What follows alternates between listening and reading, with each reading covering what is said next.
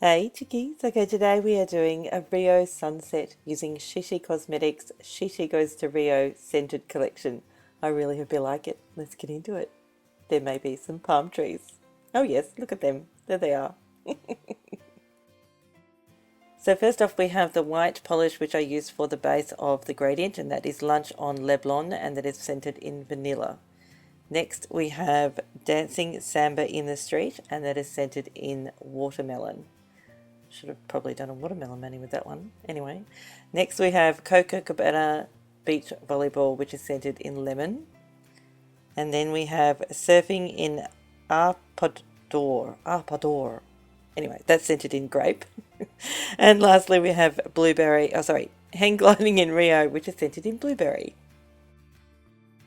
Now I'll be using a latex free sponge as per usual, and I wanted to show you again what it looks like when they're damp. So that's the one at the bottom and the one at the top, which is completely dry. You can see they basically double in size.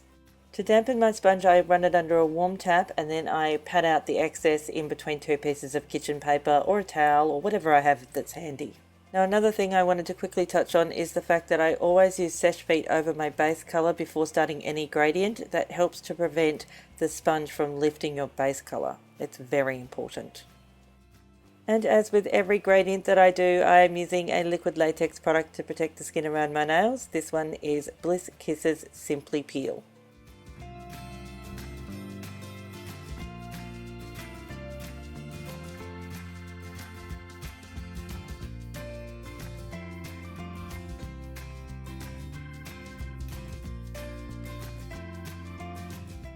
With all of that done, it's time to start the gradient. Now, if you are like me and have shorty nails, you will have to be mindful of how wide the stripes are that you're painting on your sponge.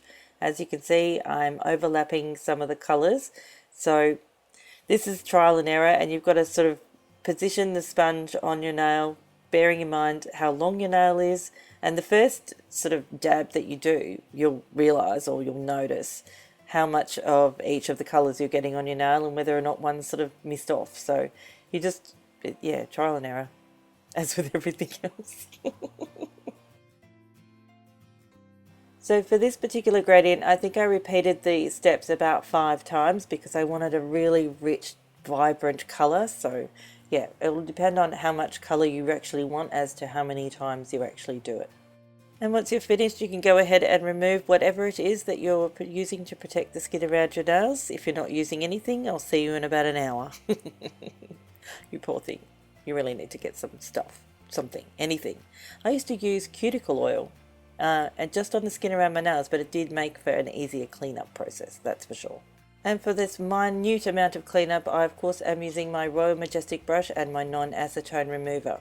And now I'm adding another coat of Seche Vite because I want to have a lovely smooth surface to do all the detail painting. Now for the detail, I'm using matte black acrylic craft paint. It's the same paint I always use, and the brush I'm using is my MAXI brush from the Stylish Nail Art Shop. Next we're going to create the detail by painting at the very tip of our nail with the black acrylic craft paint, or again, I say this often, you can use black polish. But if you make a mistake, you're going to have to start the whole thing again. That's why I recommend that you most definitely use acrylic craft paint.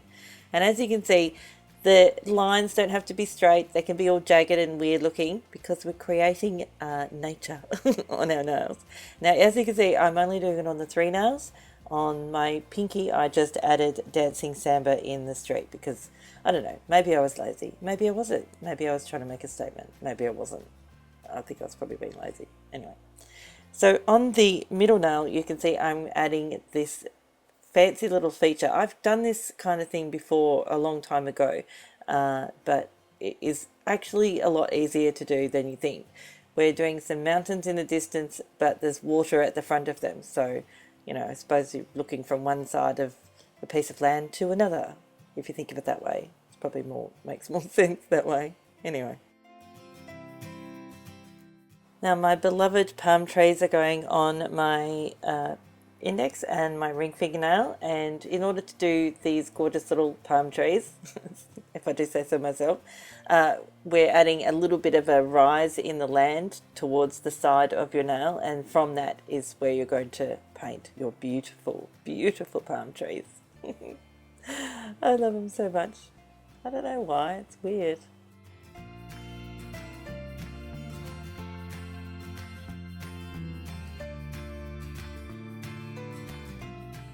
Now, if you'll do me a favour and please take note of what I just did to the trunk of that poor palm tree, made it all thick and goopy looking.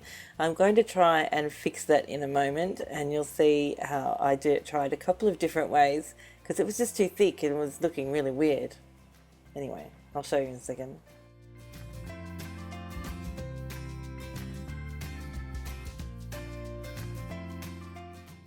Now I was going to leave it, the trunk of this palm tree, and I was going to actually redo the whole nail, and then changed my mind and decided that I would try a trick that some of you have mentioned about using like a toothpick or an orange wood stick to scrape some of the paint off, but it didn't work for me, so I ended up going for my brush.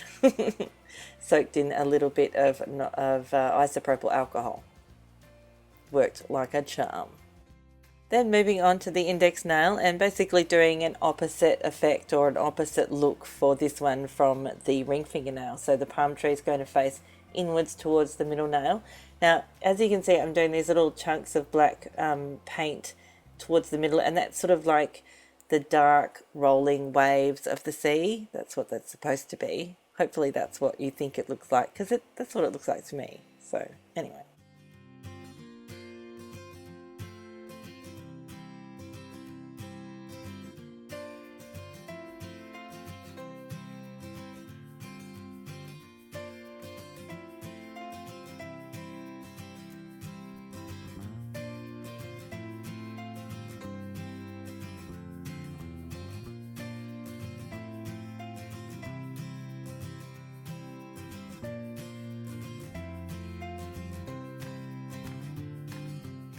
And then once all of your detail is completely dry, you can go ahead and seal it all in with a good quality top coat. I'm using Seche Vite as per usual.